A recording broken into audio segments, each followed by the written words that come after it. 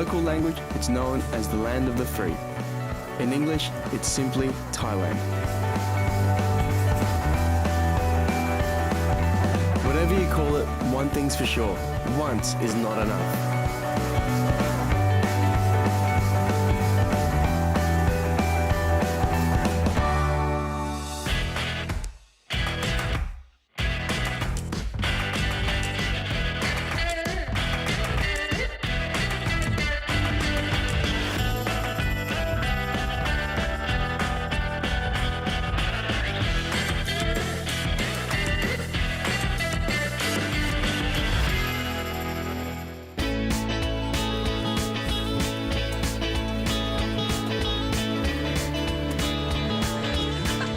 So why is Thailand the land of the free? Probably because it's the only Southeast Asian country the colonials didn't get their hands on. The Thais are stubborn, I guess, and they like to do things their own way. Kick back and live in the moment. Let's go. I've come to Hua Hin, about 2 hours from Bangkok in the Malay Peninsula. It's a prime holiday spot with world-class beaches and resorts. And believe it or not, despite the tropical setting, it's where some really exciting things are happening with local Taiwan. Before I get to that, I need to acquaint myself with Hua Hin, and I need someone in the know. Meet Alex, my resorts experience guru. สวัสดีครับ You know the Anantara Google? Anantara Google? Yes. You are the Anantara Google? Yes, I am. It means if you don't know anything and you would like me to help, let me know. I can, the one person who can help you. Okay, let's do it. Yeah. A trip to Thailand wouldn't be complete without all the crazy stuff. You know what I'm talking about, the only in Asia type scenarios. And Alex knows just where to go. Hua Hin Safari serves up thrills Thai style. This is my kind of thing, but Alex, not so much.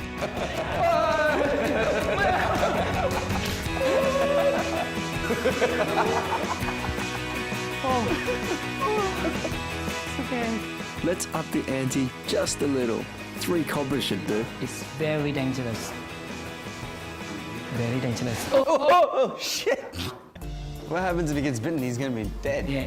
Why is he risking his life? Oh, he's expert. He's guru. Yeah. He's gonna kiss the cobra. Oh! I just can't believe he did that.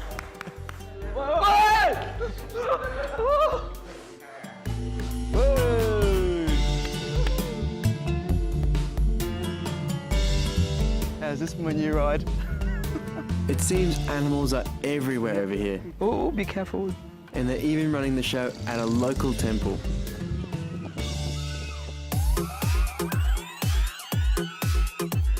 But don't fear, there's a guy here with a slingshot who hires himself out as a bodyguard. He's got his work cut out for him. So how did the monkeys get here? Oh, they take food. They think that you have something that they want to eat. But the monkeys were here before this was built? Yeah. They're always here? They were always here. Before people came, they're still here? Yes, that's why. And then we call the Monkey Mountain is because a lot of monkey here. Despite the hairy locals, it's worth a visit. The views over Hua Hin are sensational. That's the way to go to Phetchaburi and Bangkok over there. Bangkok is all the way over there. Yes. When the sun goes down in Hua Hin, the locals and tourists head to the famous night markets. The cool kids head to the Cicada weekend markets. Trendy, a little chic, lots of art, live music. Or there's the Hua Hin night market, where you can grab a traditional pad thai or a not so traditional banana and Nutella roti. Cheers to roti. Yeah. There's a sugar rush in that. I can see why tourists flock to Hua Hin, but I haven't shown you the best part, because Hua Hin has a real ace up its sleeve, and it's called Siam Winery. Yep, your eyes aren't deceiving you. Those are elephants walking through a vineyard. Welcome to the winery's Hua Hin Vineyards, home to its Monsoon Valley label. Siam Winery has succeeded despite the locals relegating wine to a distant third choice behind beer and spirits. and then add the perception that Thai wines are inferior to imported brands. That mix has created quite the challenge to overcome. But it's one that the winemaker, Catherine Puff, has been taking on. She came to Thailand 6 years ago after trading in the old world winemaking of Tuscany for the new latitude techniques of the tropics. If I have to compare new latitude, old world and new world, then I would say new world is very innovative. It's more about the winemaking, the wine style and the winemaker. The old world is more about tradition, the place where it's grown and family and you know, smaller wineries. New latitude is everything that is basically new, just coming up now, and it's a bit of extreme winemaking as well, I guess. New latitude wine also refers to how close Asian wines are being made to the equator, as opposed to the more traditional wines of the old world, which have been producing vintages between the 30th and 50th latitudes for centuries. Being so close to the equator creates all sorts of problems. Less light intensity, which means less yields, plenty of fungal diseases to combat, and worst of all... So do you get any crazy animals that come through here? I mean, there must be elephants or, you know, I've heard there's cobras in the vineyard. Yeah, we do have snakes, poisonous snakes. I sometimes see skins, you know. I haven't seen one yet on the grapevine, but our workers, they tell me that sometimes they like to be curled on the grapevine, right? So that's very dangerous. They joke always with me, there are tigers in the jungle, but I don't believe them. I think you're bullshitting me. No, no. Man, you got some serious challenges. Catherine's wines have won international awards and they're exported to 8 countries in Europe and Asia. The local market is proving tougher to crack, but they're slowly getting there. I think there is a new wealth coming up now in Thailand, especially young people working harder and they want to have a certain lifestyle. And to a certain lifestyle, I guess, I think belongs as well wine. Are they proud of Taiwan though? Yeah. A lot of people. They would come in and go, wow, I can't believe my own country makes a great wine. Yeah. I'm so proud of this. Catherine's arsenal includes Colombard, White Shiraz, blended rosé, and a Chenin Blanc, just to name a few. Yummy. Yeah. I like dry rosés. For me, white wine and rosé, they are the best wines to pair with Thai food. Then I see someone drinking red wine with spicy food, that really breaks my heart because it's just not working together. What Catherine is making here is pure, refreshing, easy to slurp, and proving a point that well-made wines can be done just a stone's throw from the equator. And she isn't alone.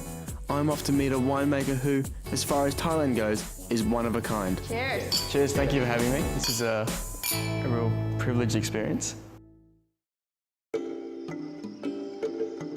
Behold, Thailand's Khao Yai region, about a 2-hour drive from Bangkok, famous for its natural beauty, its sprawling national park. Now, add one more thing to that list. Wine. Great wine. It's home to a collection of smaller wineries that are all doing their bit to change the perception of Thai wine, both at home and abroad. And I've travelled to the region's Asoke Valley to meet the only Thai female winemaker there is. Her name is Nikki Lohidnawi. Nikki is the winemaker at her family's Grand Monte winery. She also happens to be the only Thai winemaker that has a bachelor degree in oenology, or simply put, winemaking. It's fun working in the winery because I do all the work myself with a few of my staff in the cellar. Yep. So every day it's not the same, and you know that with winemaking. You know what I'm sensing you like being the boss. I like working. I like working with everybody. Not just like tell them what to do. I do, yeah, but my parents, they don't like that. Oh, really? No. They want to boss you around. Of course. Awesome. It's clear Nikki likes to do things her own way, so it's only natural she's making some bold choices when it comes to the wine she produces. What's the best wine you've ever made? Oh, it's our Viognier. Viognier? Yes, yeah, you have to taste it. You're singing music to my heart right now. I love Viognier. Yeah, it's my favorite variety actually. So I thought we'll try it out here. No one else has it here in Thailand. No one else has it, so you're actually the first doing Viognier in Thailand as well. That's a great variety. Even though I'm yet to try the wines, Nikki tells me they're going down well with the locals and going even better with the food. With the Thais, they like something really fruity, Yep.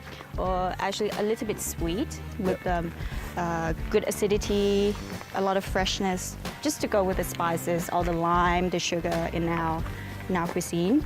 Now, before I go any further, I really need to introduce you to this guy, Vasood, Nikki's dad. In his past life, he was a racing car driver, and he clearly still has a need for speed. Then he bought some land, started making wine as a hobby, and 14 years later, here we are. So, why on earth would you put a vineyard in Thailand? It's not a crazy idea, really, because I like wine.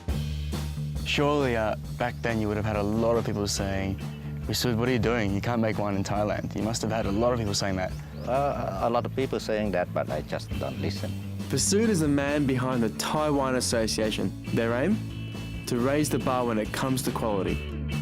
But despite the progress they've made, there's an elephant in the room making it harder for the Thai wines to create a bigger impact on the local scene. It's a word no one likes to hear. Tax. So what is that tax? How much is a lot? Used to be 360 for import and 260% Are you serious? for local. So there's no benefit to making the wine here? It's not really cheaper anymore? Not cheap, never cheap. If we want to make wine for living, I think we would die of despair. Anyway, it's good fun. Well, they're giving it a good crack, and when it comes to accolades, they're doing much better than the taxman. Trophies and gold medals around the world, Nikki is scoring some big goals. You must be a very proud father. I am. Don't cry. Don't tell her that. All right, let's get a glass of wine. Okay, let's go. Yep. Each year, 60,000 tourists make the journey to Grand Monte Salador. Those are some impressive numbers. And why not? They're making impressive wines. So first up, Nikki's Rosé, Sakuna, named after her mum. But that's not the only reason it's special. This is actually my first wine here at Grand Monte. Cheers, thank you for having me. This is a real privileged experience. Oh, it smells beautiful. It's like almost smoky, huh? Yeah, it's a little bit flinty. Wow. I like it. I actually quite like it. You can see how much I like it. Go. This is the Viognier I was telling you about. Like I was saying earlier, Viognier is one of my favourite varietals. It's not a common grape, and Nikki imported hers from Australia and started with just a few vines. They ended up doing so well, she expanded production and pumps out over 4,000 bottles a year. Even just having a sniff of this is very captivating as well. Yeah, there's a lot of tropical characters. Yeah, it's like opening a can of apricots. Like Papaya flower, some jasmine. Ooh, boom. That's some seriously good texture. This is the perfect food wine. You could have it with Thai cuisine or just as easily with a roast chicken on a Sunday night. It's a classic that does it all. Well, I'm blown away. Both Grand Monte and Siam wineries are dispelling outdated notions of Thai wine and bringing elegant and intriguing wines to the market. But how would they fare in the world's best restaurants and coolest wine bars? To find out, I've got to head to the Big Smoke, Bangkok.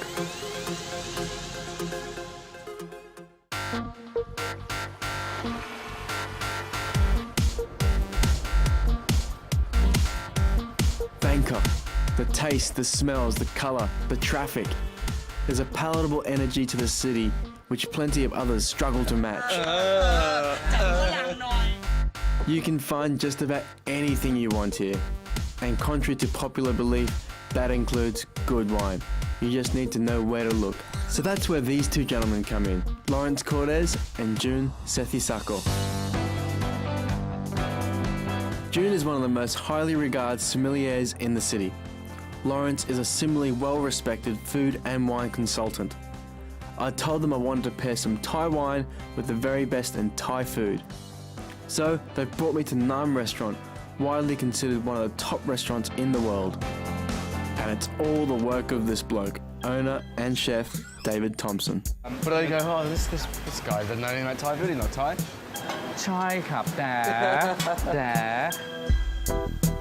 No, I can understand it stretching the credulousness of a lot of Thais, and they come in and they just say, huh, white boy. And when I see a lot of Westerners cooking Thai food, who think that a bunch of coriander and a handful of chilies doth the cuisine make, I can understand their incredulousness because I think to myself, huh, got it wrong. But, we're working our way through it. We're converting some. To pair local food with wine, David believes you need a wine with loads of character, so it can deal with the onslaught of flavours you'll find with any Thai dish. There are a few rules that I've found over the years that work, and that is, first of all, any wine that's oaked is going to have trouble. Okay. Any wine that's too dry will have issues with coconut cream and salt.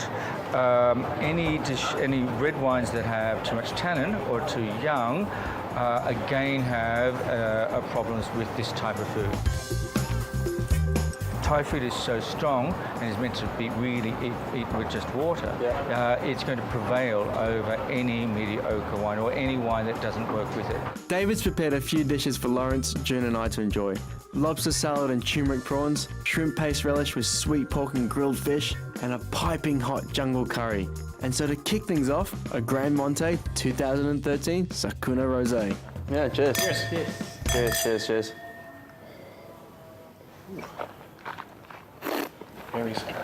I love rosé. Yeah, I love rosé. It's a little sweet, so it goes good with the Yeah. spicy food. You know, a little bit of zing, bit of sweetness, but White fruit as well. I like the red berries. Yeah. This glass and good acidity. it just works so well. But It's here, red or white or black. Yeah. It's red or white. It's No. right in the middle. it's like playing roulette and just go black and red, right? Just go straight in the middle. Spin the wheel. Yeah. So far on this journey, I've heard different opinions on how reds go with Thai food, but according to June, the Thais interested in wine really go for it. The majority, they like drinking red wines. Yeah. They just, sometimes they're not worried what food that they're eating, but they love red wine. So sometimes, if you walk into the seafood restaurant, you will see people eating oyster with Cabernet Sauvignon, which is basically totally crushed. You know that, but that is what they like. Nikki was certainly no fan of pairing reds with local food, but let's throw caution to the wind and try for ourselves with a bottle of her heritage Syrah. This has a lot of spiciness to it as well. So it's got that good, flavorful. I mean, just trying that red with the jungle. It actually comes up okay. Yeah. I'm pleasantly surprised. I wouldn't naturally think down that way, Yeah. but obviously there's a little bit of red meat in there. It's a fairly hearty dish, but you're right. The fruit really carries that sort of flavour. So it seems to me that the right Thai wines can certainly cut it with cuisine of the highest international standard. But can they make the grade at some of the city's newest and coolest wine bars? To find out, the guys are taking me to the very trendy Cellar 11. Very swanky place. Yeah, exactly. Just opened up. Yeah. I think this is the next evolution in wine consumption. They have 32 wines by the glass, which is quite a lot in Thailand, especially when it's very difficult to sell wines by the glass. So if you look around, they've got wines from wall to wall, downstairs as well. So it'd be a good idea to see where the next step in wine consumption is in Thailand. Cellar 11 is just one of several wine bars that have sprung up in the last few years as the Thais' interest in wine slowly but surely grows. They got some pretty serious wines in here. Yeah. Prosecco was roughly around $500 here. No, it's even $500 more US. expensive Yeah. now. So what is that in baht? Doesn't even say. It should be about 15,000 baht. Nice. Yeah. Or 100 acres, even more, huh? I haven't seen that before. United States of America. There you go. 27,000 27,000 baht. Have you ever spent that much on wine? No. You don't need to be spending a mint to be drinking great wine. There's plenty of options. So where's the local drop? Right here. Oh, they've got one in Yeah, here. they do. There you go. Ah, Fruit wines. Pineapple? This is ice apple and pineapple. A lonely Thai dessert wine. That's a bit disappointing, but with what I've heard so far, I'm not really surprised. They don't even have any Thai wines here. Unfortunately, that's one of the stigmatism of Thai wines. People don't think it's good quality, you know? But the problem is that it's that perception. If you get them out of that perception, you know, let them try without telling them what it is, this is nice. And then you hook them. Well, the night is still young and we've got a table full of wines to enjoy. I've got to say, despite everything that is pitted against them, huge taxes, a public in the past that has largely shown disinterest, Thai wines have come a long way and they're really going places. Grand Monte's 2013 Busaba, its sweet Chenin Blanc, is going straight back to Hong Kong with me.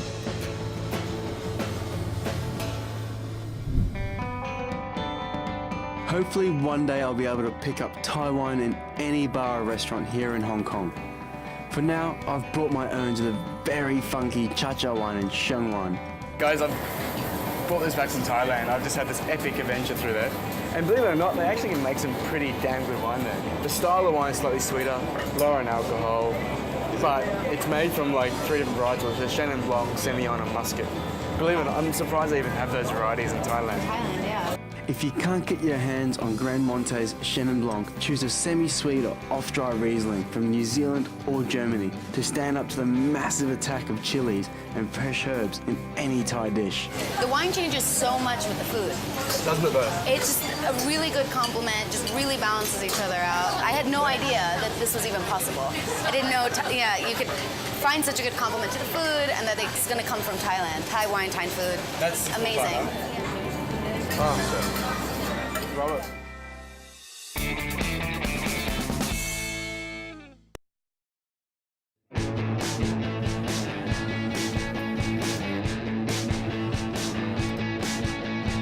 Chances are you've never heard of a flying winemaker.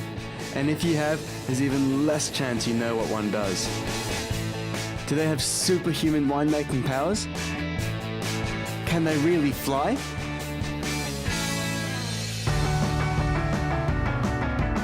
I'm Eddie McDougall. I'm a Hong Kong-born, Chinese-Australian flying winemaker. For the past 10 years, I've been traveling around the globe, making wine, drinking my fill, and stocking my store in Hong Kong with the best bottles I can find. It's just like zingy, fresh, crispy. I'm no stuck-up wine snob obsessed with Bordeaux and Burgundy. I just like good wine. Right now, the wine scene across Asia is exploding, and I'm right in the center of it all. I'm going to explore new wine regions that most of the world has never heard of, each with their own stories, unique characters, local food, and of course, wine. I can't wait to drink up a storm.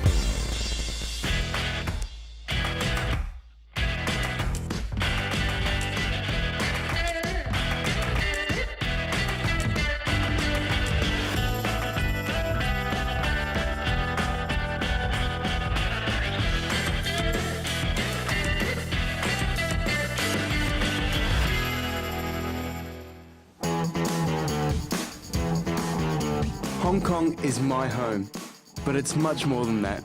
It's a worldwide business centre, a melting pot of people and cultures, a place where East meets West, and it also happens to be the epicentre of Asia's food and wine revolution. 13,000, let's go!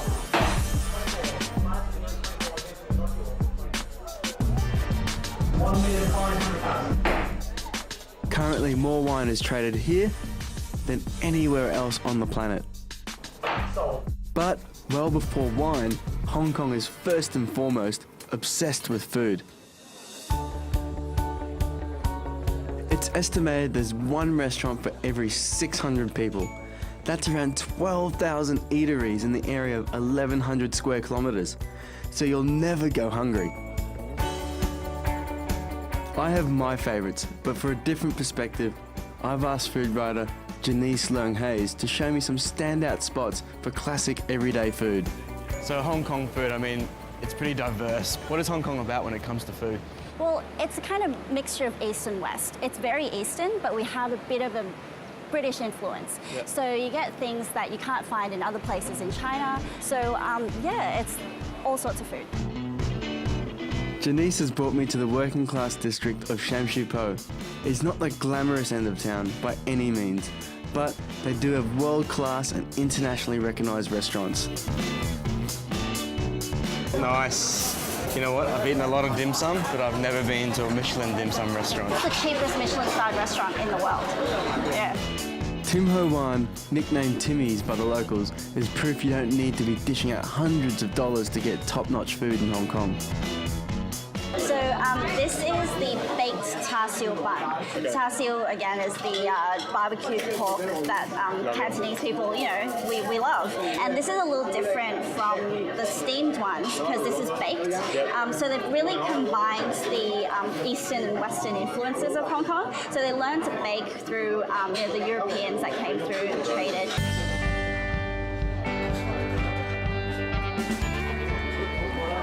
That's so tasty. I think anything with char siu is always tasty. But char siu You're a true Hong Konger. Chicken feet, tofu or soybean skin with pork inside, congee with a 1,000-year-old preserved egg, and brown sugar cake. This is a feast that makes me feel at home. You can't have these without chili sauce. Gotta have chili sauce. Look at all that steam. It's amazing. They bring it straight out from the kitchen.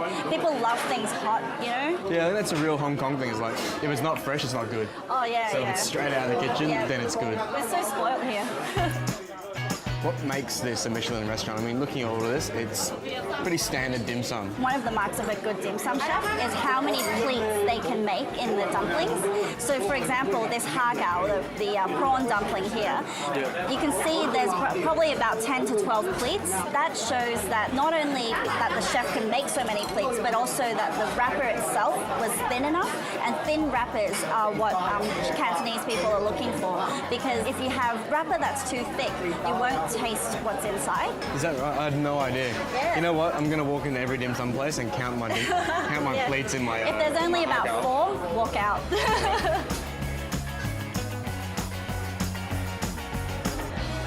You can definitely taste the prawn. Yep, and that is really the kind of symbol of Cantonese cooking, to preserve the original flavors. A yum cha restaurant is a staple in every district in Hong Kong, as is another type of eatery also revolving around tea, or we say cha. So we're here at a cha tanpang. This is a typical all-day kind of diner cafe place that Hong Kongers love because it's actually not exactly Chinese, but it brings in Western elements. There's things like noodles, but there's also things like French toast, which is made with bread, a fully Western invention.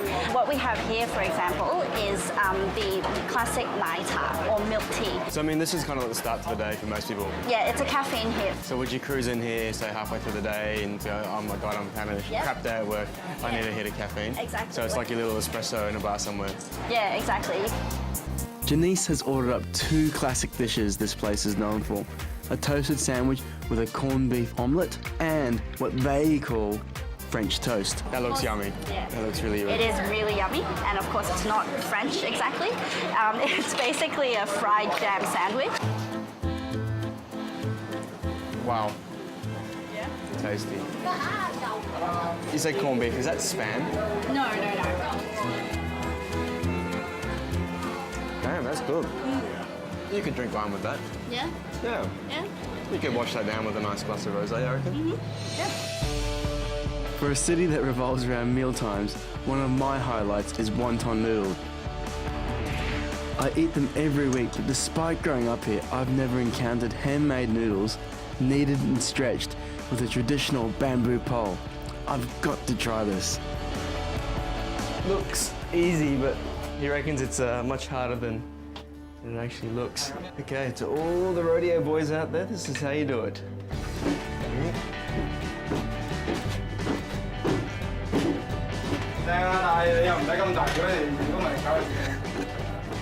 He says I'm working too hard, not working efficiently, and if I keep going at this rate, I'm going to be shattered by the end of this. Good food doesn't come easy. Tell you what, that's the hardest work I've ever done for a bowl of noodles. I'm out of here. Time for lunch, and we've got both the classic wonton noodle soup with prawn dumplings and the dry noodles with shrimp roe eaten with a soup on the side. Oh, they're so chewy. They're springy. It's really, yeah, that texture thing really comes through. Soup is so yummy. The only thing that can make this really great would be a glass of wine. Unfortunately, the noodle houses aren't serving up vino just yet. But there are an abundance of places combining the best of local cuisines with wines from around the world.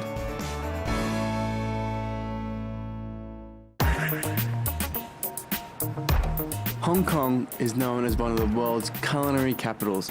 It has mouth-watering food, top chefs and renowned restaurants. But what about being known as a wine capital? It's not what you think. I'm not saying there's rolling vineyards just beyond the skyscrapers. But I am saying some of the best bottles in the world are found right here. And here's what's really exciting. The flavours of Hong Kong are perfectly accompanied by a bottle of wine, or 3. To pair some classic Cantonese flavours with wine, my foodie friend Janice has brought me to Yin Yang, the private kitchen of Margaret Su. She's known for a fresh farm-to-table Chinese cuisine served in a modern cosmopolitan style. Very Hong Kong. The famous Margaret. Not really. You know there's only 2 of us eating. Yeah. There's Much I can share. Well, I think you probably need to. Normally on the first platter we serve what's from the farm. Okay. So the seasonal stuff, but I add a bit of the wild caught stuff from the sea as well. Here we have the silk squash, we call it, and then we have Hokkaido prawns and organic fruits salsa inside. What makes this really impressive is that these ingredients are sourced directly from Margaret's very own farm. This is as fresh as you can get. And to complement the clean, pure flavours of the food, a crisp wipe just elevates the meal. What do you think of the Pinot Grigio? I think it's good. It's nice and fresh. Funny thing when we talk about like sweet, sour, balance. Yeah. And I think Pinot Grigio's got that, or Pinot Gris, Pinot Grigios, whatever spectrum you want to talk about, it has that. Yeah, the balance, So- yeah. And it just covers all The whole spectrum. the whole spectrum of flavours. Yeah. So if you're looking for that one all-rounder, to me, there's 2 wines. There's Pinot Grigio, Pinot Gris, or Rosé. Rosé, Yeah. all those chauvinistic blokes can like show off. I would smash rosé 7 days a week if I could.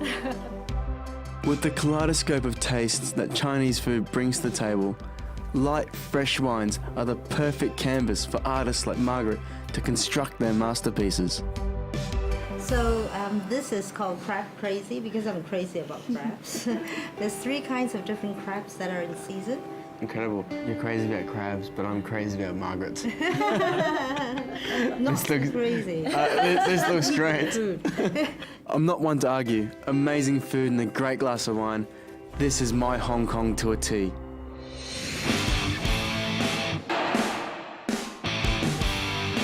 But wine on the dinner table is not what's made Hong Kong a winemaker.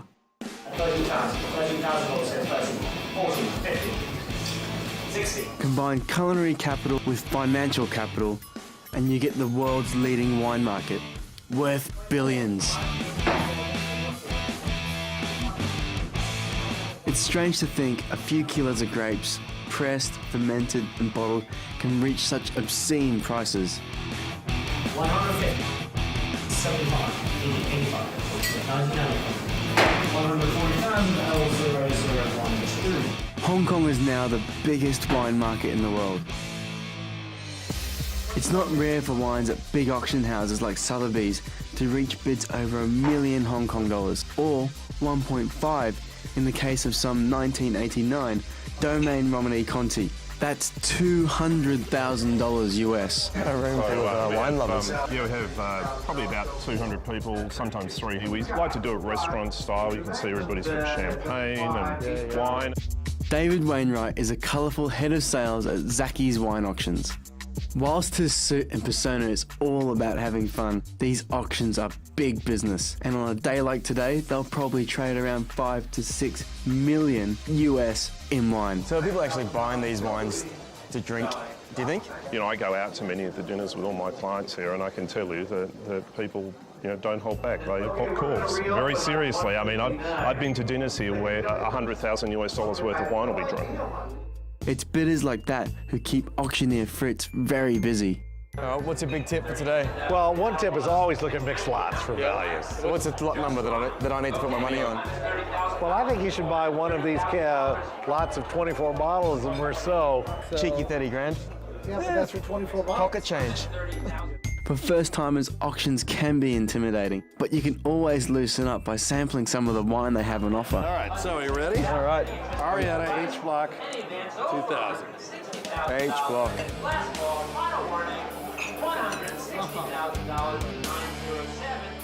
right.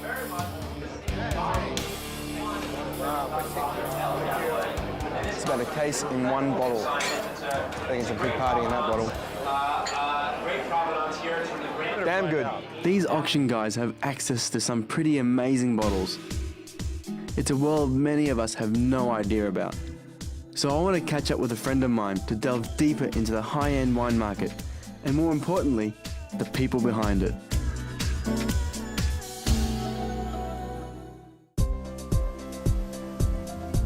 Simon Tam from Christie's Auction House is a man with his finger on the pulse of Hong Kong's wine scene. We are in this massive explosion of wine. I mean, Hong Kong is going gangbusters. Totally, absolutely totally. Since 2008, when the Hong Kong government abolished all the wine tax, Hong Kong has overtaken London and New York as the fine wine epicenter of the universe. Yeah, the universe. I mean, how cool is that? Just in a short few years, you know, Hong Kong wine lovers are learning and enjoying and procuring wine so much and so fast at a rate that is just quite incredible to comprehend. At Christie's alone, we have experienced since 2008 1,550% growth in our bidders, and it is not about to slow down. That is insane. Completely. High above nondescript Hong Kong streets, billions of dollars of wine are hidden under lock and key. One of Simon's customers, wine collector Paul Dunn, graciously offered to show us some of his most prized collection. Are you guys ready to see my cellar? I have heard a lot of things about your cellar. You may need to mop up my saliva after seeing it. Paul has several vaults of vino at this private facility in Hong Kong, housing some very rare and old bottles. Barbados. So that is a very, very unique bottle because it's a 1795. Okay, that is during the French Revolution when this wine was made. So shall we take a look? You want to take a look at that? Where did you actually find that? That's outrageous. Well, actually, it's a secret. There's only one bottle. 1795. Right, and so I have to have a very special occasion to drink it. Old vintages used to be ignored in Hong Kong, but now they are hot property and sell for tens to hundreds of thousands of dollars. Are you collecting just to have, or are you actually collecting to eventually drink, or are you collecting to the point where you just go, all this wine is for sale at some point in my life? No, I don't think. Well, actually, wine collection it's always considered an investment, of course. So that's your first and foremost. You're looking at. Yes, that was my first. That was my first thoughts. Okay. But what I didn't realize is that once you started, you'll be falling in love, and then you don't want to sell anything. Across his 6 cellars here, Paul has collected almost 7,000 bottles. Because this room is for Bordeaux.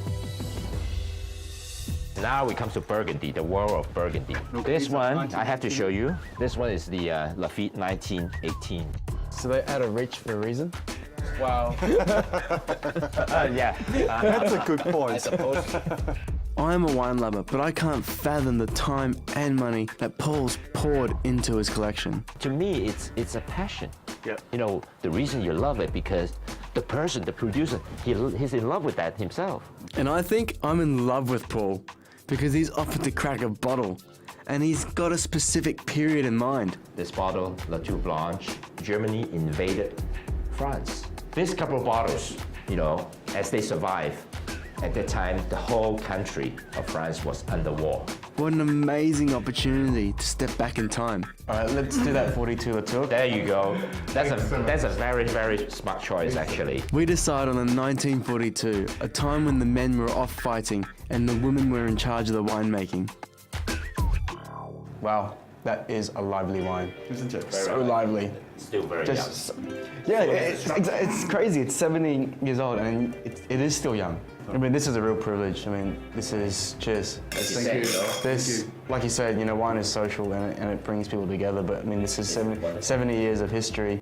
We're also opening a 1945 Latour from when the war ended. These are the oldest wines I've ever tasted. Oh man, I love it. I love it. 45 is generally a very, very excellent vintage, right? There is so much power in that wine. So much. I still can't believe we're doing this. These wines are a classic example of how each bottle tells a story, no matter if it's 1945 or for the majority of us, likely 2005. For me, the narrative only gets better with another character in the mix, food. So Simon is taking me to meet a group that's finessed wine and food pairing to pure poetry. Chef Mango from the Langham Place Hotel's 2 Michelin-star restaurant Ming Court and his wine guru William Chan. They've prepared a signature lunch to show how wine can be specifically paired with Asian dishes. Char siu is the most traditional Cantonese barbecue cuisine. For the wine, William's gone for a fruity red blend from southern France. And the wine really holds up the char siu, doesn't it? I like it a lot. This may be fancy fine dining, but when it comes down to it, anyone can apply these wine pairings to even the simplest Asian meal and impress the room with a little wine 101. If you can't track down a bottle of Chateauneuf du Pape, you could always go with a full-body red blend like a Grenache from Spain, Shiraz from Australia, or a Californian Zinfandel. This is a world tour of wine, and while the old school rule is for big, bold reds to go with red meat, these guys are branching out with an obscure Spanish red from the Toro region and a New Zealand Pinot Noir from Canterbury. For wine pairing, sometimes yes, we got help from Chef Mango to adjust it, maybe more flavor or less flavor. It's a great wine. And surprise, surprise, it is not a Grand Cru. It didn't cost $45,000 Hong Kong. It is just a very solid trick, very pleasing trick. No, I really enjoy wines from New Zealand. But Pinot Noir from New Zealand must be like the epitome of great New Zealand wine now. And as you said, right, you not have to drink great Burgundy, you can drink great New Zealand Pinot Noir. And you don't have to spend $45,000. No, it's very, very affordable. A good New Zealand Pinot Noir can go for as little as $20 US. So while it's a privilege to dine out at these amazing restaurants like Ming Court, a red meat and Pinot Noir combination is not out of reach at home. William, I think that's the really cool part of what you're doing is, you know, showcasing that Chinese food has the opportunity to explore the wine world. It's a really exciting time, not only for the food side, but I think for the wine side to see where it can go in this part of the world. It's going to go pop. Big time. It's going to be a bigger pop. A big pop. It's popping. Boom! Even though Hong Kong is not essentially a wine region growing grapes, it has carved out its place as a formidable force in the world wine market. In Asia's wine revolution, Hong Kong's role is one of access and affordability. With abolished tax on wine, a willingness of the people to experiment with flavors and combinations, and to push the culinary boundaries when it comes to wine and food pairing. The high end of the market here is swimming in wine, but I hope this flows down to the more casual eats. Wine should be about having fun and enjoying yourself, no matter your budget or where in the world you find yourself.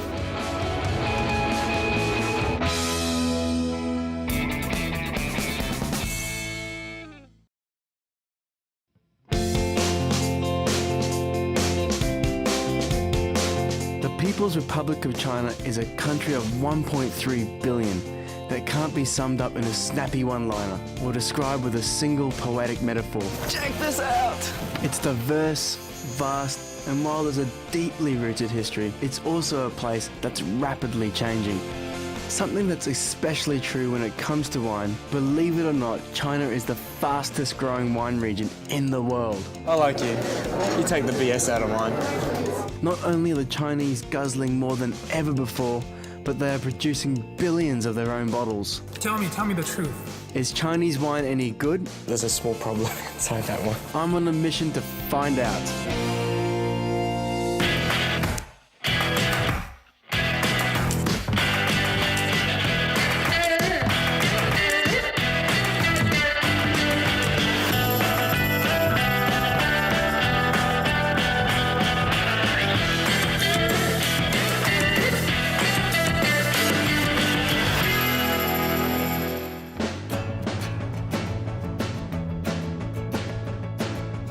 China has an insatiable thirst for wine that's growing at warp speed. Wine consumption has doubled twice in just half a decade, and the country is expected to slurp more wine than any other in the next few years, surpassing the wine lovers of France and Italy. To try and quench this thirst, China is also bottling more wine than ever before, leaving up the ranks to be the 5th largest wine producer in the world.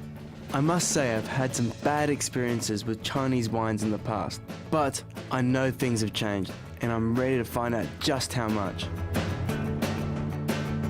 To begin my exploration, I first want to get a taste of the culture. After all, wine is an expression of place.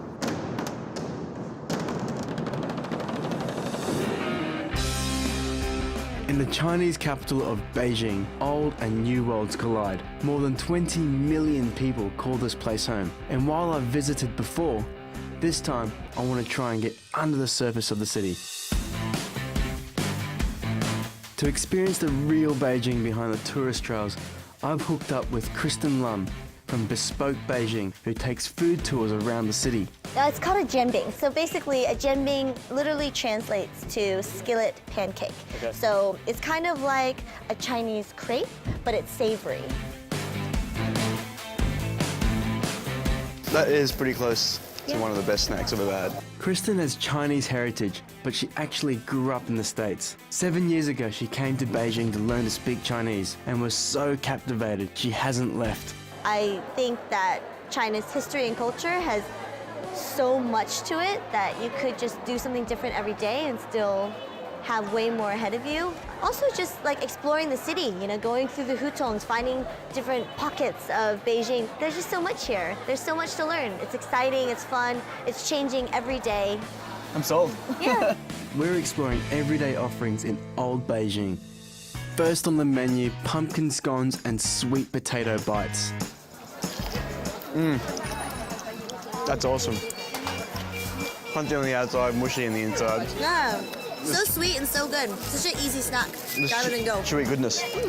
Food seems to be the #1 priority, and there's copious amounts. Everything crushed, cooked, roasted, and steamed.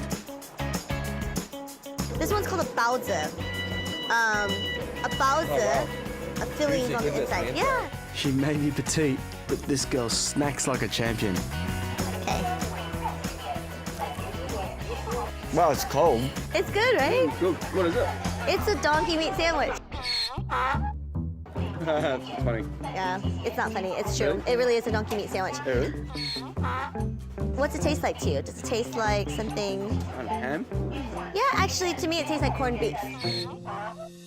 Aside from eating our way around the local streets, Kristen says a visit to one of Beijing's ancient hutong districts is also a must. She's introducing me to Frank, a local resident who also runs tours. Yeah, I was born and grew up in this kind of preserved area. You know, I'm 53 years old, all my life around. I'm 53 years young. Oh, really? Young? Oh, not so young. Most prominent in Beijing, the Hutong districts are a maze of alleyways and traditional courtyard residences that are hundreds of years old. We have arrived a very small museum. Frank's tiny Hutong museum is a room of household items collected from decades and even centuries past. Let me show you. You can guess this kind of noise. Frank has a whole host of game show-like questions and sounds for us to guess. I will not need this. What does Frank not have, but we do have? Hair? Yes. So. The hairdresser. This is a hairdresser. Yes. Are you serious? Give me 5. Awesome. The Hutongs are full of interesting places and faces. Artifacts and architecture aren't the only thing that recount the history around here. Frank's friend Cricket Lou is not just known for having a beaming smile. He gets his name from the fact that he trains crickets, of the insect variety, to fight. You know, this kind of a cricket fighting can help people to win house, horse, wow, a wife. A wife. High stakes. It's currently the off-season for cricket fighting, so there'll be no head-to-head battle today. But Cricket Lou doesn't seem too upset about it. I have many stories. If you like to enjoy some beer together with him. Well, it looks like you can drink a few beers. 我说你要愿意听故事的话，得跟刘哥得喝啤酒，得多喝啤酒。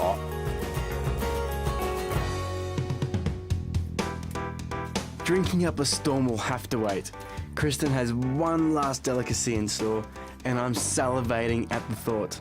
To visit Beijing and not devour a Peking duck would be sacrilegious. So we've come to a place with more than a century's experience in making this dish. And Kristen's brought along an expert, Chef Sue, to take me through the finer points.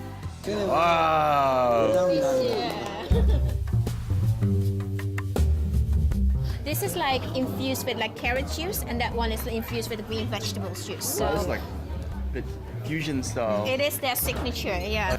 So what we're going to do is we're going to wrap the pancakes now with the duck insides. Like there's a sauce here which we call tian mian jiang, which is like soybean paste sauce. So it's like quite sweet as well. Fresh sprouts in there. So we have like radish sprouts in there. Oh, so pretty.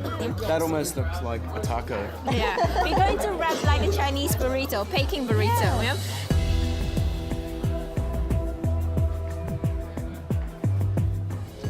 That rocks. Oh, that's awesome. Yeah.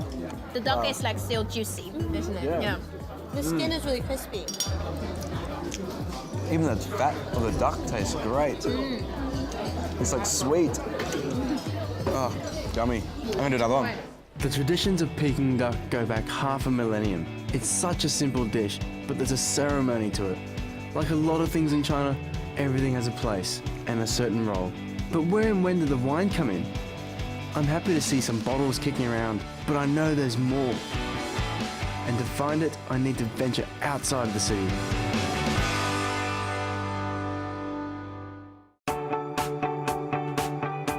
Jutting out on a coastal peninsula around 1,000 km south of Beijing is the birthplace of China's commercial wine industry, Yantai.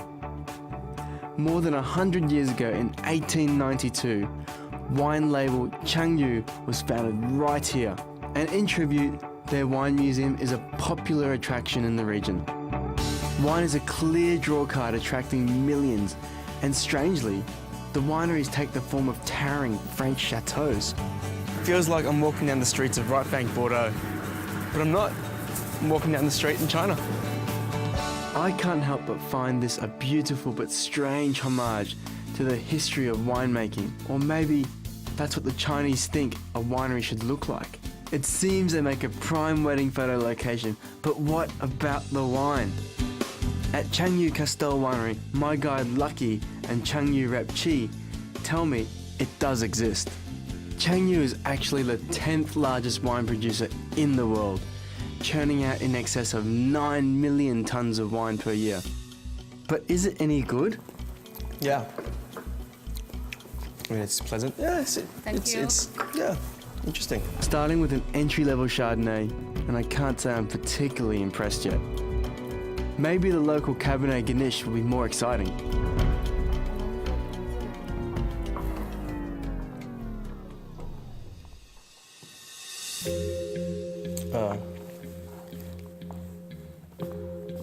There's a small problem inside that one.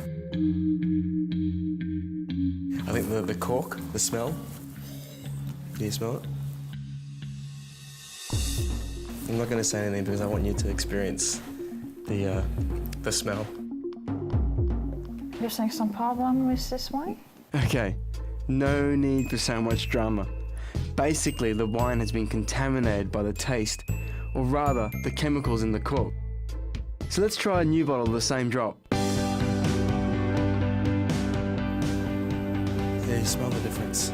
Smell the difference. Much better? It's actually, again, a little bit more fruitier. Try it. Much better than the last cup. Now we're getting somewhere. Though I wonder if they really knew it was corked in the first place. Maybe I'm just a foreigner with a camera that these ladies have just been instructed to keep happy. Luckily, the wine does get better with the 2005 Cabernet Sauvignon. That's nice. I like that. No, you're very welcome. Actually, I'm quite surprised. We started off a little bit rocky here, but wow, it's good. Changyu may be where commercial Chinese winemaking began, but there's now more than 10 Chinese wine producing regions and hundreds of producers.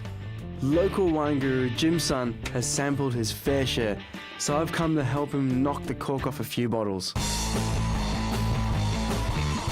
Jim's the editor-in-chief and founder of Wine China, an online wine information and sales platform based in Yantai. Wow, that's actually got a lot of flavour. Yeah. That actually makes me a little bit more confident about Chinese wines. Yeah. He's been a wine journalist for over 20 years and has seen firsthand the changes in the industry. Chinese wines, from my experience, have a bad reputation. I mean, how does that make you feel? To be frankly, I don't agree with what you said about the bad reputation of Chinese wine. I think it's the last decades. So a lot of, because in that time we didn't follow the international standard. So we have half-Jewish wines. Obviously, Jim's a fan of the Chinese product, and he's chosen some great examples. Some from places I didn't even know produced wine, like Tibet. Yeah, this is called elk wine in the Tibetan area. It's called Diqing City, Diqing County. Wow. Tibetan. I've never had a Tibetan-made wine. It's pretty impressive. Jim's the encyclopedia of Chinese wine. Cheers. So there is good wine, but who's making it? And how are they doing it? Through a friend, I've made contact with a boutique winery called Treaty Port Vineyards, just an hour away in Penglai. Owner Chris Ruffle was inspired by his Scottish heritage when creating the castle which houses his winery. It's down in the depths of this stronghold that I'm interested in, where winemaker Hans is fermenting and finessing. Oh, it's beautiful, isn't it? Really zesty. It's like a big bowl of like limes.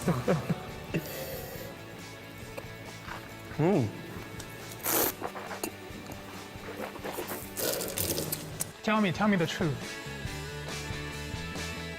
That's a very good example of Riesling.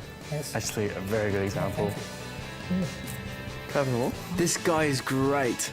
Truly handcrafted artisanal wine. I'm a huge fan. This is a world away from that bulk production wineries I envisage coming out of China.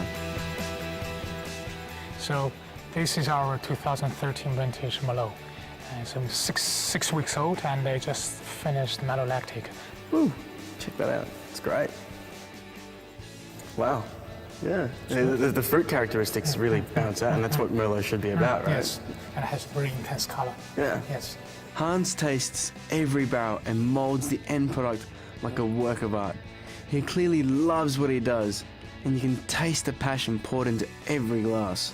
Yeah, winemaking is good. It's different lifestyles. I can make something when people drink, they feel satisfied, they feel happy, they feel, also it's very good. The smiles on their face.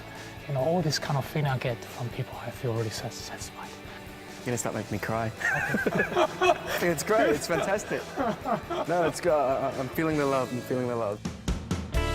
I could listen to this guy speak all day, and I could drink his wines all day as well.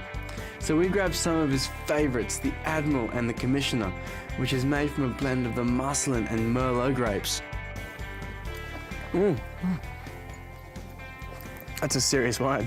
Like really, really serious. I mean, I've never had that varietal before. And the first impressions is like, wow, there's such a long-lasting flavour. I mean, I could sit here and just plonk that all day and all night. I feel like I've found the holy grail of Chinese wine. A passionate winemaker and a cracking drop. But back in Beijing, does anyone even care?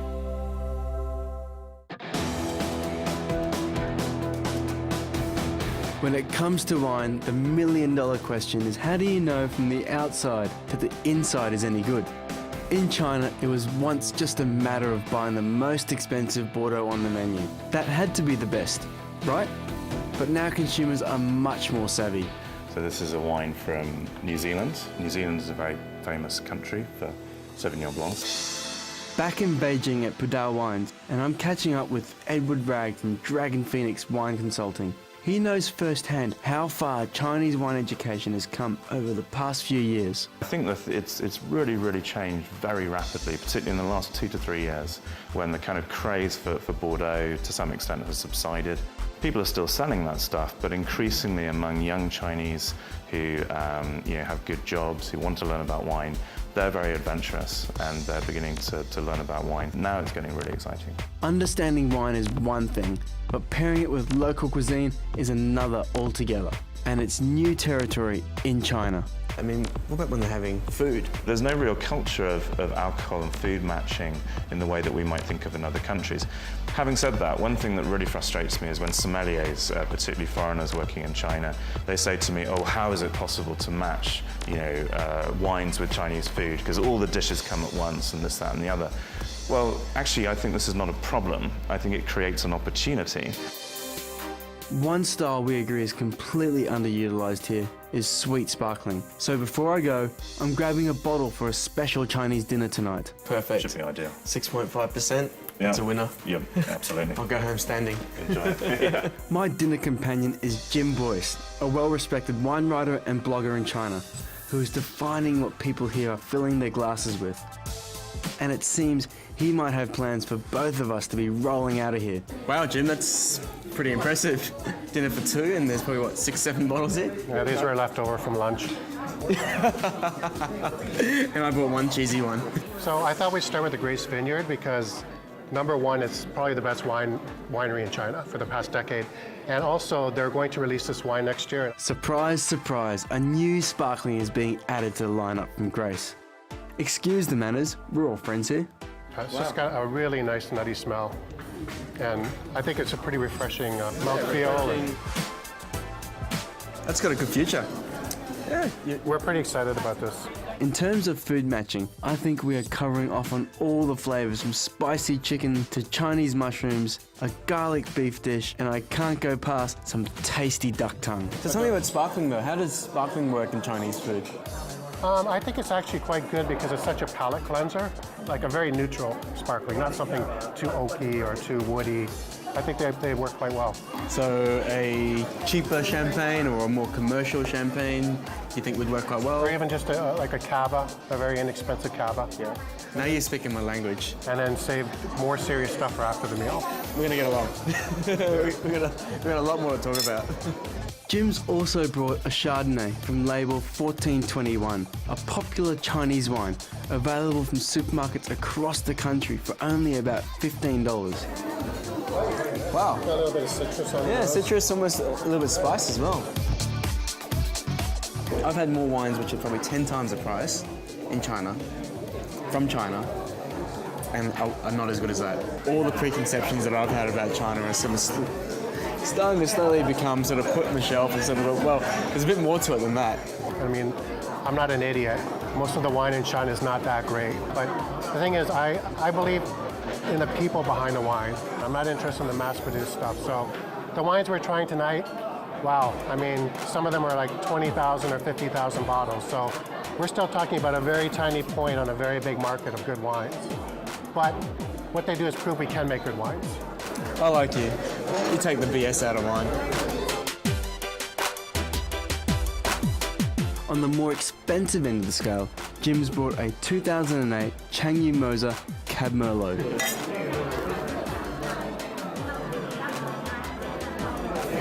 Shit. That's got some nice fruit in it. Yeah. Fresh and clean like the laundry. That's a serious drop. This is a Lens Moser wine. That is wicked. They certainly didn't rustle up wine like that for me at Changyu and Yantai, which shows it's still a tricky industry to navigate. But I can confidently say I answered my big question. China makes some great wines. That's good times. All good times.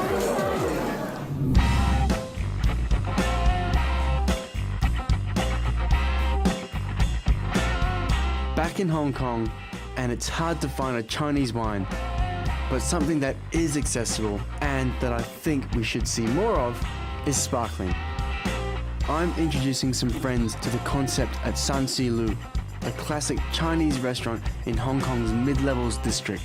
Believe it or not, it's a fizzy wine, and it's a Moscato. Fizzy wine with a bit of sweetness, because literally, you're gonna need to calm that chili down. Where people go wrong with sparklings and Chinese spicy food, like this Sichuan hot pot, is they lean towards acidic champagnes, which just increases the burn. But a bit of sweetness and you're home and hosed. Like that Sichuan chili, when you have it and it like burns your mouth and then you throw the wine down with it, it just like, it mellows it and then it just sort of brings this amazing flavour. Wine makes everything better, and while it's entered a whole new world in Asia, I can only see things getting bigger and better. There are many more corks to be popped and Chinese feasts to be devoured.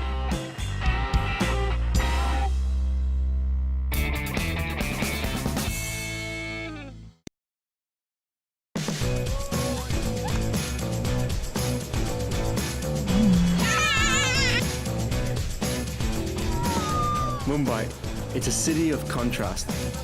The financial capital of India, with a population of over 20 million. But 7 million of these people live in slums. There's a stark difference here between the haves and the have-nots, but the common thread, a welcoming smile and a shake of the head. It's a place to entice the intrepid traveller. I'm not afraid of anything. The passionate foodie. But tomorrow you'll have trouble. And would you believe, the wine lover as well. It's like this zing, this happens all in your mouth.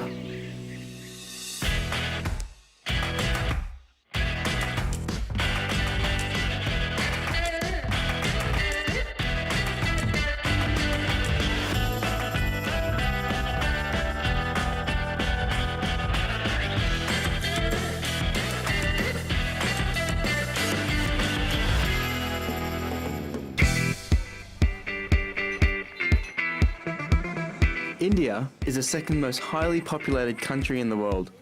Following reforms in the 90s, it has become one of the world's fastest growing economies. Mumbai, or Bombay as it was previously known, is the country's largest city and economic centre. For me, Mumbai is a gateway to explore India's growing thirst for wine, increasing by about 30% a year. But before I pop the cork, I need to find my feet. Let's go, man. Let's do it, man. Mumbai is a maze of millions, so to help me navigate the labyrinth, I'm hopping on board with passionate local guide, Pranav. I didn't expect this from Mumbai at all. It's awesome, you know, it's so diverse. There's a beautiful seaside, then there are railway trains. There is a lot to see in Mumbai, you know, and you'll see everything today.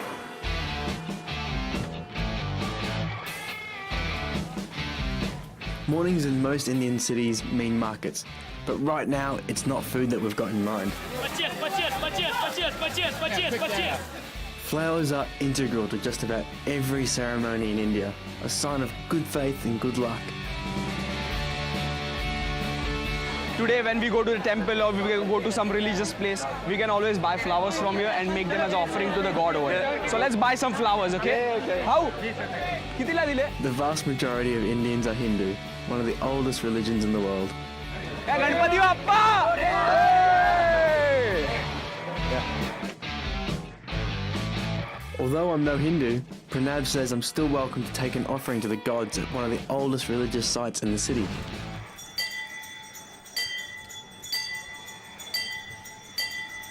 This is the Barnaganga water tank. It's more than 5,000 years old, and this has the same water as the holy Ganges. So you can just take a dip inside the water and wash all your sins off like Hindus do on the banks of the Ganges. You must be aware that we have three major gods, Brahma, Vishnu and Shiva. Brahma is the creator of the universe, Vishnu is the protector of the universe. Have you seen that movie Avatar? And that time he felt very thirsty, but there was no water. He took an arrow and shot on this. Okay, so to recap, this is what I got. The water is holy, like Mumbai's version of the Ganges, but I'm not really that keen on taking a dip. You gonna drink it? You're the man. Yeah, because Ganges is my mother. She's a goddess. So I'm not afraid of anything. The water is holy. Well, the river Ganges, here we go. All your sins are washed now, Eddie. Cleansed of my sins, and I'm off to get my hands dirty with a more typical type of washing. I'm wondering if Pranav is trying to tell me something here. So we are inside the open air laundry, which is called the dhobi cart. Okay. The washerman in India is called a dhobi. And Dhobi is the washerman. So you can come and wash your hair here as well? Yes, yes. Yeah? Yes. You can wash your hair here and underwear. This village was established 140 years ago to wash the British soldiers' clothes. Now most of the washermen here are third or fourth generation workers who live on site under the carnival-like tent of laundry. Okay, now our friend will teach us how to wash the clothes. Hi, Eddie? It's like stomping grapes, if anything. Come on, Eddie! The average worker here washes around 1,000 garments a day.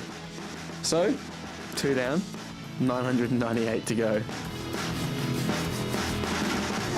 Don't dare it. It's got a bit of elbow grease. Whoa! Slowly. As much fun as this is for me, it's evident it's a hard life for many here. But Mumbai is still considered India's city of dreams, and as tough as it is, the people are still smiling. Maybe it's got something to do with the food. Mumbai is famous for its street food. Guidebooks would tell you to stay away, but Pranav reckons it's okay if it's cooked in front of you. But seriously, don't hold me to that. This is the bhaji. It's the vegetable. Okay. And that's bread. And this? It's a red hot sauce. You can have it. I want to see your reaction. How do you feel?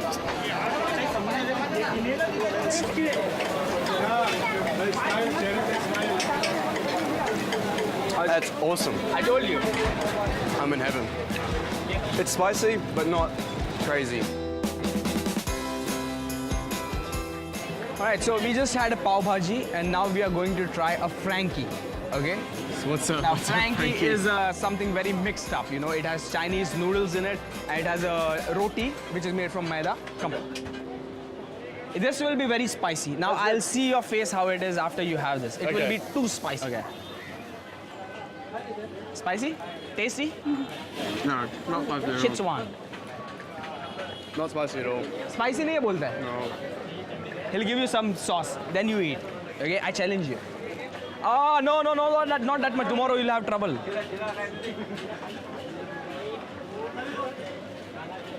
it's right. This is too spicy, actually. How can you eat so spicy, man? It's not that spicy. Indians can't eat this spicy. Can you eat this spicy? Itna spicy kha sakte hai? You know what he said? You will not notice it now. Tomorrow morning when you sit, that time you will be burning. I'll come and find you. Kitna kha raha hai? Dekho, Shezwan. It's not that hot. Really hot. Wow, man. Piece of cake. Next challenge. Food Street annihilated. Indians impressed and mouth burning with joy. There's another lunch experience unique to Mumbai that it would be remiss of me not to experience. Iconic tiffin boxes carried around the city by the bike riding delivery men called Dabawallas. Tiffin box, it was started long time back in Mumbai when people is not having a time to carry their food the same time while they're leaving from the home. So another people will collect the food from their home and they'll deliver to their office. For my own 5-star tiffin box, I'm visiting Chef Saket from Masala Bay at the Taj Land's End. Here, they specialize in taking traditional Indian favorites and giving them a contemporary twist. It's a combination of 4 chambers. We give 1 curry, 1 vegetable, 1 starter, 1 rice and 1 gravy as well. Chef, I don't need a dabwala. This one's coming home. See you later. Thank you so much. All this food and not a drop of wine. It's time for me to get out of the city to a place some say it's like the Napa Valley of India.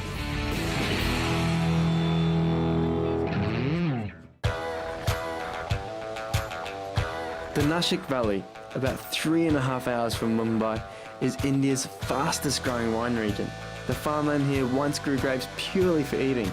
Now, some vineyards are set to serve a much higher purpose. You've got table grapes here, and you've got winemaking grapes here. Nikhil Agarwal is a man who knows his vino. He's introducing me to some local producers like Mahesh at wine label Ravello. This is a Niroda Avla, and this is a speciality of Ravello, vintage wines. Okay. This is the only winery which is having this variety in India. I'm a big fan of Italian grapes, so to see someone in India doing it is even more exciting. While many wineries focus on France, Ravello is wrapped up in Italian flavour, which I think is a great move considering the climate here. But as they say, the truth is in the tasting. And very drinkable. It's like a youthful. Very soft on palate. Yeah, soft up front. Very easy to drink wine. But frankly, we're still wrapping our heads around the grape varietals that have just been growing in the last 10, 15 years. Yeah, so that's cool. That's cool. That's very cool to see. Shall we try? You know what? Sangiovese is one of my loves. I would drink Sangiovese, make Sangiovese, bathe in Sangiovese. We do not have sufficient volume to bathe you. No, it's like a mouthful of cherries. Yeah. Straight away it's like, a little mouthful of cherries, which is exactly what Sangiovese should be. Yeah. I can't believe it. I've said this to other people in India, that Italian grape varietals, particularly Sangiovese, Tuscan grape varietals, would work very well here. Yeah, this is a nice wine. Yeah, no, for sure. I hands down, it's a great wine. Nikhil assures me there's more great Indian wines to come. You just need to know where to look. I'll admit the drive here is not so much Napa Valley vineyard hopping, more rustic, rural village exploring. So I'm kind of glad I've got my trusty guide. Shall we go? Nice, man, this is nice. Yeah, Valone Vineyards. That man Shailendra Pai is all hot, makes fabulous wines. Shailendra Pai is the owner and founder of Valone. His first harvest was just in 2009, but he has 3 decades of industry experience and has a really clear vision of what he wants to make. I love it. It's dry.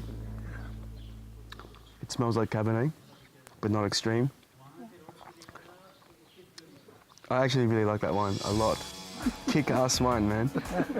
Seriously. And I'm not just saying that. There's a lot of other rosés that I've tried just been very one-dimensional, where it's just like a fruit bomb. Yeah. And again, some people love that, and so there's a place for it.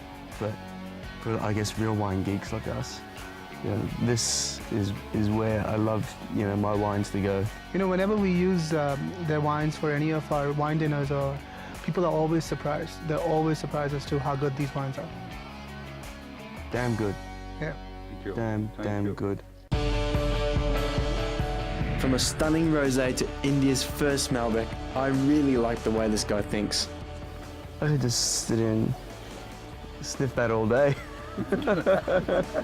Malbec's a variety from the southwest of France, now famously grown in Argentina. Typically fairly intense in fruit flavour. And Shailendra is on the money with this one. This is a library wine, right?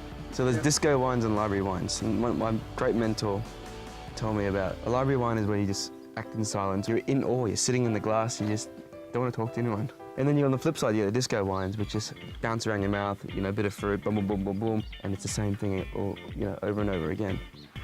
So I class this in my library collection. This is great. It's really good. The other amazing thing is that these wines wholesale for around $10 US a bottle. It seems like pocket change to most Westerners, but in India it's still out of reach for many. However, times are changing. There's clearly a growing consumer base whose tastes are developing, and winemakers like Kalesh at York Winery are very aware of this. People, they don't like sugar that much, but what they actually like is flavor. Yep. So that's when I decided that I want to try and make flavoursome fruit-forward wine. Kalesh has recently taken hold of the winemaker reins here after studying internationally. That fruit just pops, right? And it actually gives me this impression of this red gummy bear. He's determined to find the taste representative of India. Whether it's a sweet rosé or a punchy Cabernet, he's carving his own path. Powerful, huh? It's literally like this, big chocolate bar melting in your mouth. I mean, from just the short history of Indian winemaking, and you are really like the future of Indian winemaking. Keep it up, man. Cheers. Awesome. Cheers. I drank mine. Sorry. This guy, take him anywhere, and he's... Right. Cheers. Cheers. My exploration of Indian wine would not be complete without a visit to market leader Sula. Their first harvest was back in the late 90s when the Indian wine industry was just beginning. Now led by head winemaker Joy Shaw, they are the biggest producer in the country. Cheers. Cheers. Thank you for having us. And thank you for my first glass of Indian Riesling.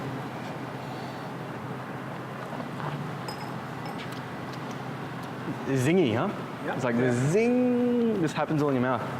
Very, very zingy. And it's very fruit friendly as well. It's got a little touch of residual sweetness because this is like more like a cabinet style, and then it goes very well with Indian food. You've kind of nailed it on there, where it's just like zingy, fresh, crispy. Sula currently produces almost 30 different wines and are constantly adding to their portfolio. A Joy's most awarded drop is his Sauvignon Blanc. That's a great wine. But he says the finest wine to come out of Sula is a red blend, simply named Rasa, after founder Rajiv Sanat. We make it only in those vintages where we really have a good quality. Woo! Yeah, that's like power, dude. It's your Arnold Schwarzenegger of wine, right? Where it's gonna give you the bicep curls. And it can hold its own with a lot of international wines. We won a silver medal for our 2007 at a Shiraz competition in France. These wineries have blown my mind. I honestly didn't think I'd find this quality and variety of wine in India. Not to say there isn't vinegar being produced by some, but as for the guys I've met today, the newly planted wine grapes are definitely in safe hands. Time to put the wine to the test with Indian food.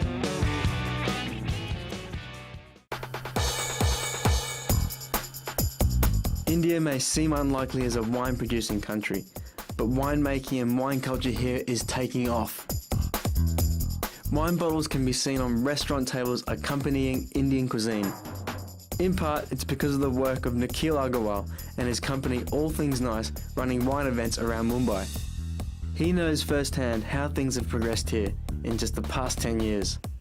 I think food and wine right now is very hot in India, and I think that it has great potential in what it's going to be. It's a revolution in a lot of ways. It's food, wine. India itself is going through a revolution in terms of what it prefers and styles, etc. Well, cheers to that. At York Winery Cellar Door in the Nashik wine region, wine is, of course, commonplace. The Chenin Blanc is well suited to the table of Indian flavours from biryani to kofta curries.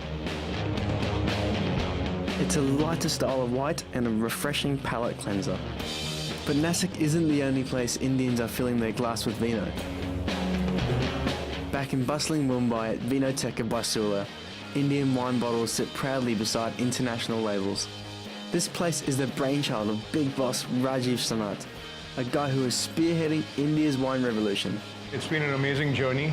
Never thought all those years ago, you know, when I landed up in Nashik in the mid-90s that we were going to get to this stage, but it's just been something pretty incredible. What is your personal philosophy on wine?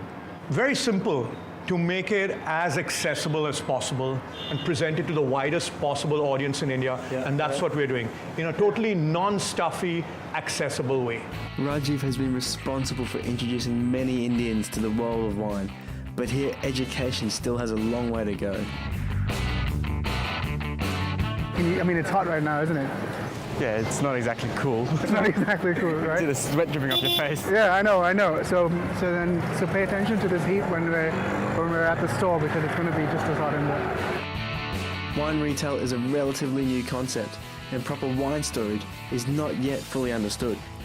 So, you know, with so much heat and sunlight directly on the wine, I'm assuming everybody in India right now is a first-time wine drinker. I wouldn't know that he's kept it badly and that it tastes like crap because he's kept it badly, right? So I'm going to think wine is crap, and then it will probably take me a long time for me to try wine again, and that's a big problem, actually.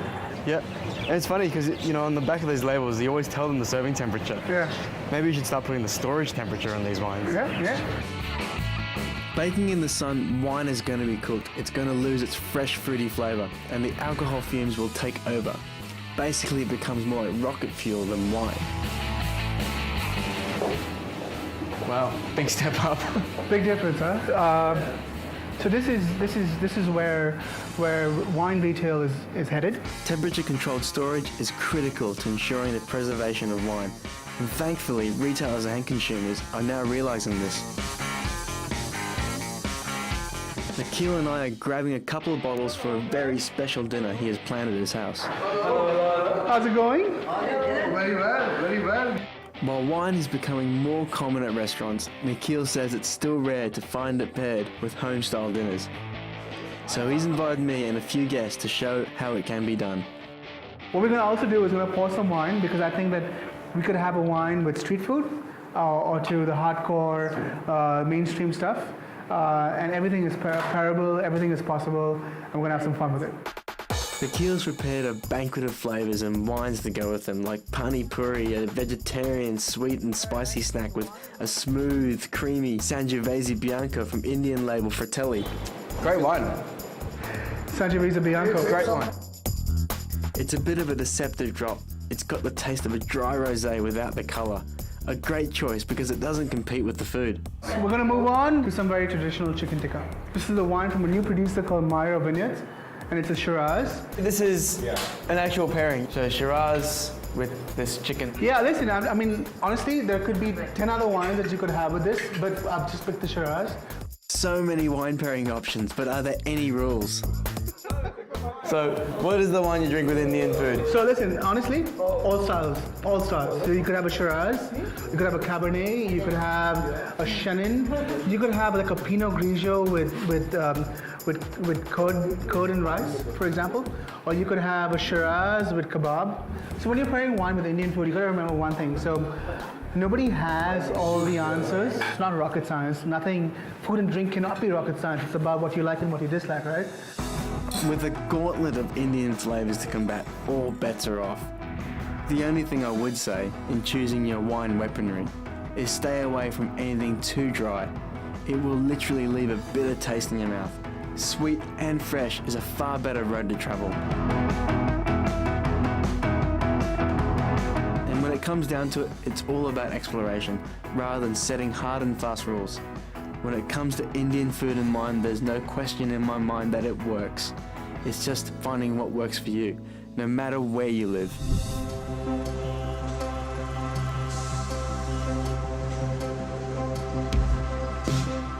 Hong Kong, it's a food lover's paradise. Over 11,000 restaurants and cuisines from every corner of the globe. But I've got a taste for Indian. And Jiashan in central Hong Kong not only have great curries, but an extensive wine selection as well. What wine do you think that we could have with this? I recommend you the white wine, that is a New Zealand Sauvignon Blanc. It's all about trying new things, new wine regions, new grapes, new tastes. Nikhil's right, it's not rocket science, so drink up and enjoy.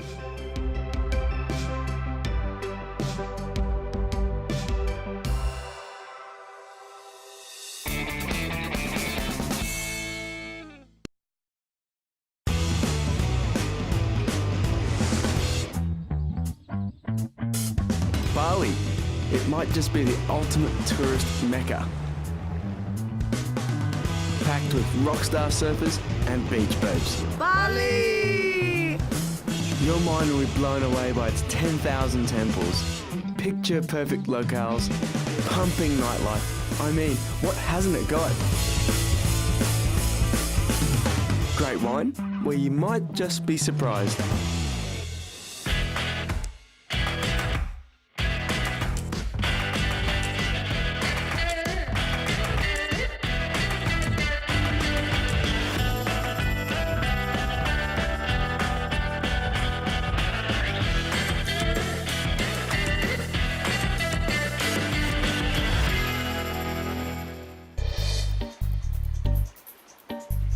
So how does one create the quintessential Bali experience? You just need a few things. Let's start with a flashy resort. On the beach? In the jungle? Take your pick. Spoil yourself. Cocktail by the pool? A massage to unwind? And then it's time to do as the locals do. That means hitting the surf.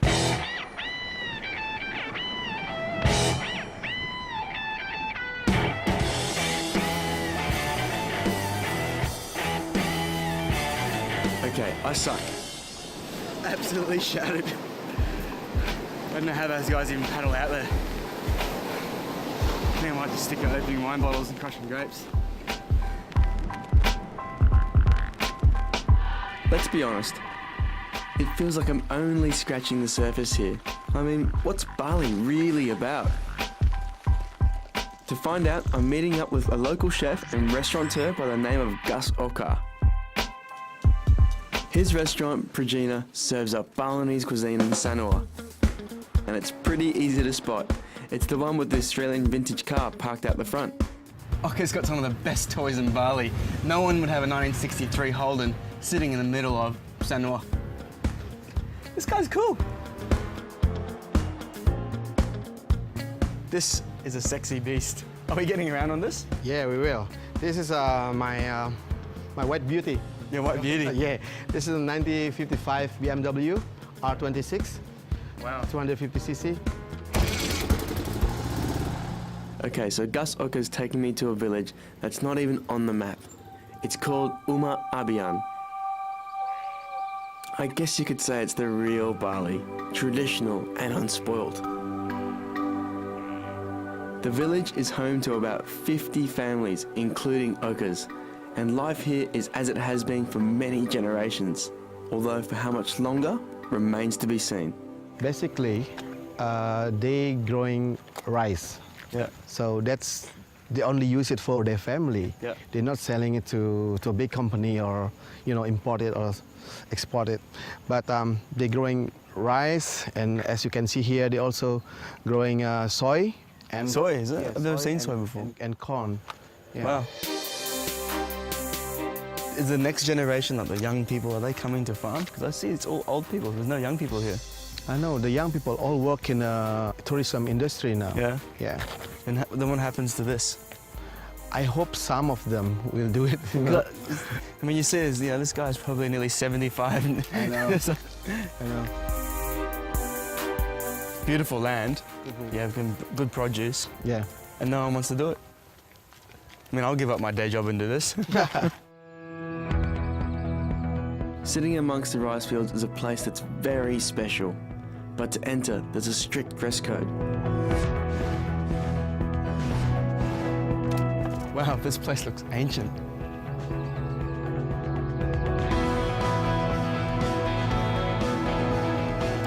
Hello. Om Swastiastu, Om Swastiastu. Welcome to our temple here. Thank you. This is, wow, this is spectacular. This temple belongs to the village. Yeah. And the oldest temple of the region. Yeah, the village called Umabian. Umabian. We will have a blessing for your activities here in Bali. Oh, that'd be good. Yeah, Thank you. yeah. That'd be very nice. Bali is famous for its 10,000 Hindu temples. Every village has one, every rice field and market too. Seriously, they're everywhere. Daily offerings take the form of food, cigarettes, sweets and even money. Om Shanti, Shanti, Shanti, Om.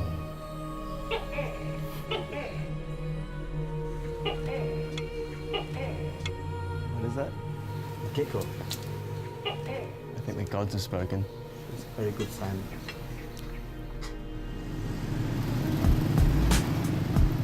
That's great news because we'll need all the help we can get to survive the Badong market in Bali's capital, Denpasar. This place is intense. This is the main market. I think this is the biggest market in Bali. Oh, really? Yeah. Wow. This market, like 24 hours market. Is it really 24 yeah, hours? 24 hours. They must run out of chickens in 24 hours. They will sold out for 1 hour. Next hour they're gone. I mean, it looks like you can buy anything here. Some fish, crab, bananas, tempeh, tofu. Yeah. This is only the outside. Actually, in the morning they have that 3-storied market on our right. I've got to ask you, do you think that's safe?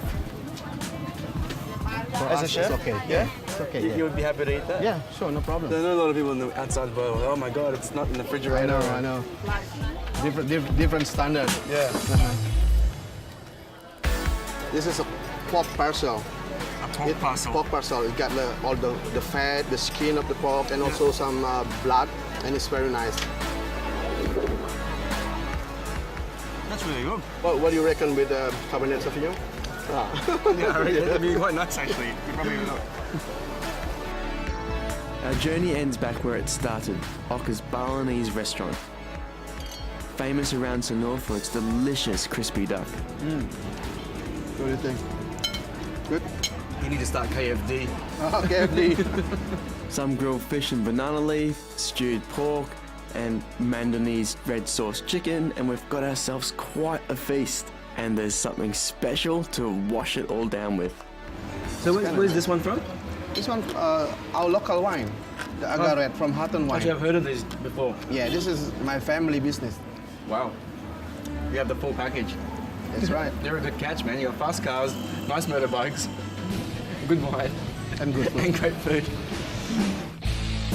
To get the inside scoop on Hatton Wines, I'm going to need to travel far away from here, to a spot where most tourists never venture. And I hear it's breathtaking.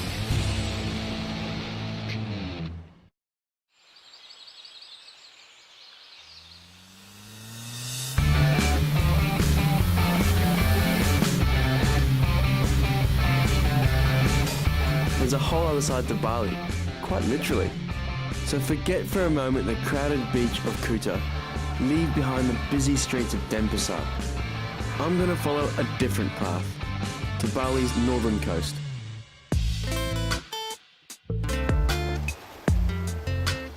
Most don't explore this far, and trust me, they're missing out. 5-star resorts and stunning private beaches with black volcanic sand. Seafood hauled straight out of the ocean. Smells fresh. It's good. This is Bali with the intensity level dialed right back to where I like it. Chilled out, laid back, world class. And serenity isn't all you'll find out here. This is the heart of Bali's emerging wine industry. On the shores of the Bali Sea, you'll find something that might surprise you. Grapes. And it's thanks to this guy, Gus Oker's big brother, Gus Rai. He's the founder of Hatton Wines, Bali's oldest and most respected label. They only sell their wines throughout Indonesia, and unlike other wineries here, they don't rely only on imported grape juice. They're doing things the old-fashioned way. What grapes do you have in this particular vineyard here? Yeah, for this one we have, we call, in Indonesia we call this Belgia. Okay. Belgia, but this is like, I think this is Muscat family, you know. Mm-hmm. Grapes that can grow in this climate are hard to come by. So Gus Rai had to do some real detective work to find local white varieties that would flourish. He heard about one that a family had in Java. He visited, got a cutting, and now produces the only white grape in Bali. And how many harvests do you have? Oh, we have many harvests, we cannot count it. In one vine, how many times in 1 year do you harvest? One vine, maximum 3, 2.5. That's very different to the normal sort of new world, old world, where there's one harvest 1 year. Having so many harvests allows Hatton to produce 1 million bottles continuously throughout the year. Some might say that working a vine so hard affects the quality, but Hatton's Alexandria just took home a gold medal at the prestigious China Wine and Spirit Awards. I'm intrigued. Oh, it's nice and fresh, huh? Yeah. Very nice and fresh. It's been Gus Rai's dream for years to create quality wine that would make an impact on his home soil. The young people start to drink wine. Yeah. A few days ago we have a festival in Sanur. So I see many people, young people start to buy wine. Really? Yeah, the local people. And Hatton wine? Yeah, that's our wine. Yeah. That's great. Yeah.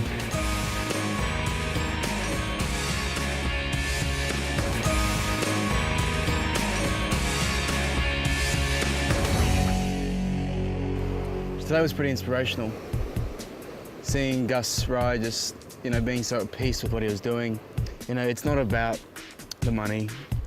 It's about making people happy. And he's done it. He's made me damn happy. Like a lot of wines in Asia, Hatton is turning heads on the international scene, as well as changing attitudes at home. An important ingredient in that success is the winemaker, a young Australian who's taken the label in a new direction by adding his unique touch. But to meet him, I've got to head south again. It's a 3-hour drive back to Sanur, or a bit longer if you throw in a photo stop or two.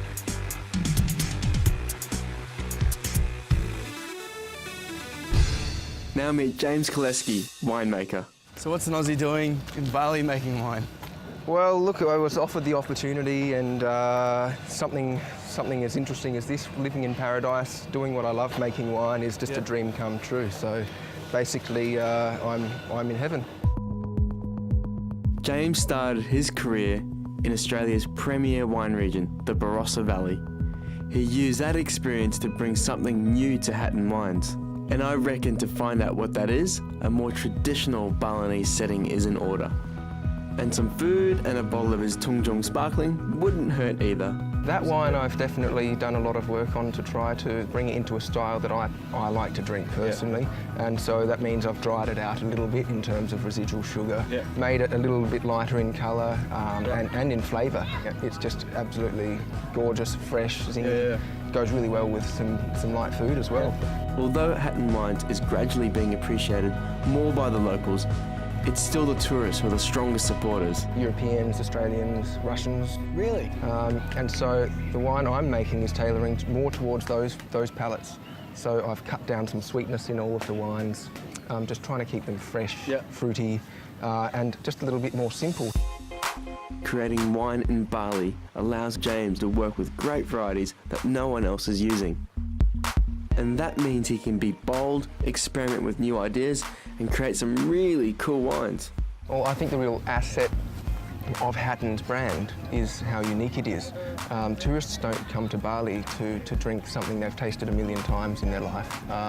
And so what we really have going for us is we're making some unique wines, lighter in body, and they really match well with the local cuisine. And the snobby winemaking folk who only want to drink their Bordeaux and their straight wines might have a bit of a surprise when it comes to food matching with the Asian cuisine. So far I'm sold. James's Tungjung Sparkling is light, fresh, and complements the seafood perfectly. Bali is producing excellent wine, no question. But I want to meet the locals who are drinking wine. Are they true vino lovers like James and I?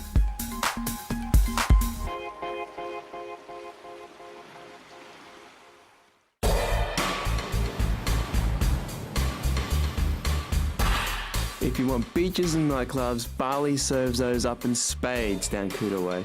But if you're after authentic Balinese culture, I'm talking art, craft, food,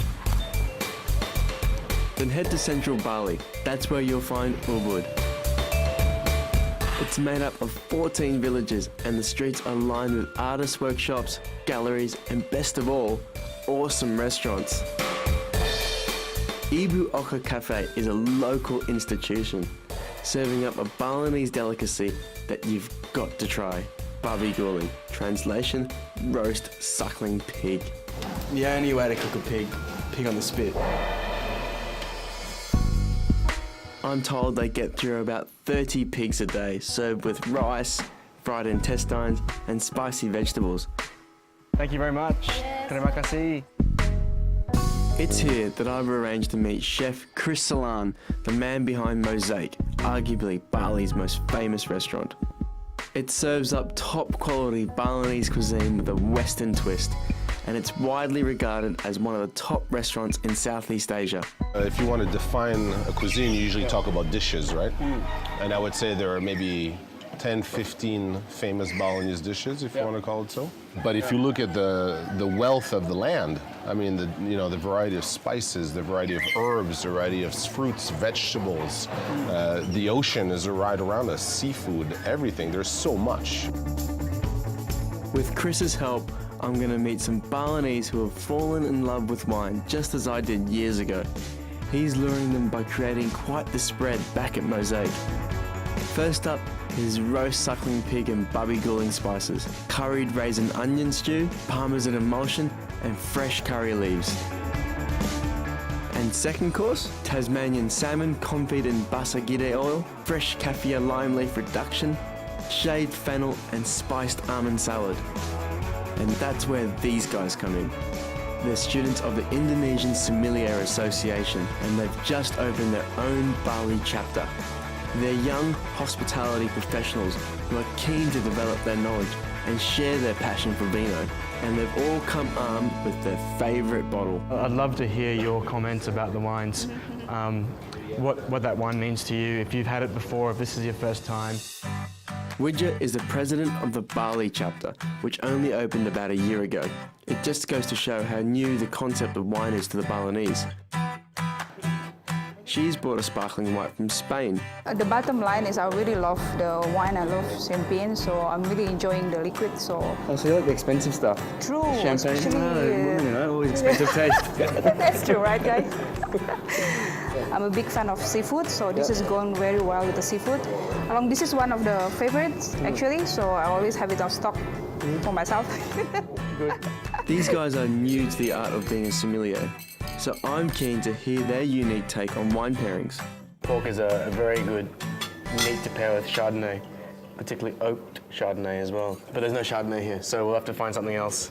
But for me, still, pork, the best thing is red, because it's very much with our tongue, especially Balinese tongue. Explain to me the Balinese tongue. Because our tongue is love spicy food. Show me. Spicy food. Show me the tongue. We need something to cut through the fat as the pork is quite rich. Chris has added spices on the bottom and the sauce has an incredible strong flavour. So what would you suggest with this pork? Well, so actually for the pork, I will do something like different. I will going with the Google Pinot Noir, that's from California, because why? In here, I can taste like some saltiness, sourness, and also a bit like a grilled pork. So that's why I'm going with the Pinot Noir. I think really this sauce in here, with that Pinot Noir, is very, very good. I was gonna say, I know this guy's crazy. You're not. These young sommeliers have clearly fallen head over heels for vino, and that's what I've come so far to see. That is what drives me to keep pushing the boundaries of food and wine experimentation in this part of the world. I know they'll help spread the word, point people in the right direction, and finally let wine have its day in the Balinese sun.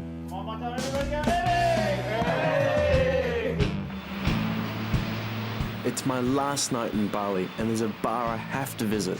Gotta find this joint. This bar has something you wouldn't expect to find in Bali. One of the world's most expensive bottles of wine. I've been hearing about it for years, and now that I'm here, I want to hold it in my hands. Hell, I want to taste it. Hello.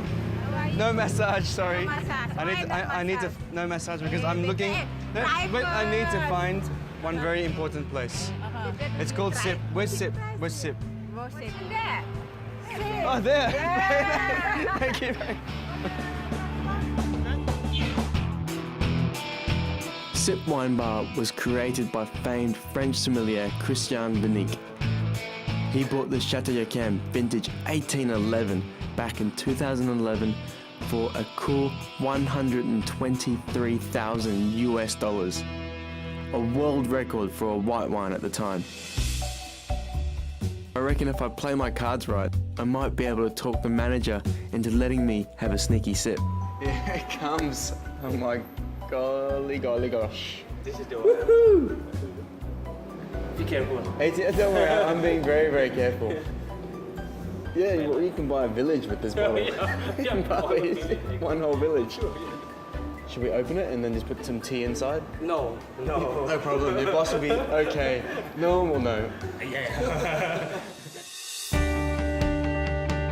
What's clear to me now that I'm back in Hong Kong is that while Balinese wines are hard to find, that's not a reflection on their quality. In Lang Kwai Fong, one of the bar districts in Hong Kong, you won't see a Balinese wine on the menu. So to put them to the test, I'm hosting a bit of wine school action at my shop. Let's all have a sip, and I want you to tell me how you feel. Alright. It's very refreshing. It's got a wow to it. It's like, yeah, wow, kind of wake me up singing this. And then you kind of feel like you're on a beach. Yeah? Definitely. Yeah. Definitely. It's something where you brunch on a beach. Do you think people would be surprised that this would be from Bali? Yeah. I mean, as I said to Tracy, I would never pick up a bottle that says Indonesian wine, just because it's not traditionally known as a wine region. Of course. So I would be hesitant in picking up a bottle. Would you pick up a bottle now? Oh, well, I would pick up this bottle, but I don't know about James's wines seem to encapsulate what Bali is all about, and the group agrees. Somehow, the essence of Bali has been bottled, and I only hope more people get to take a sip.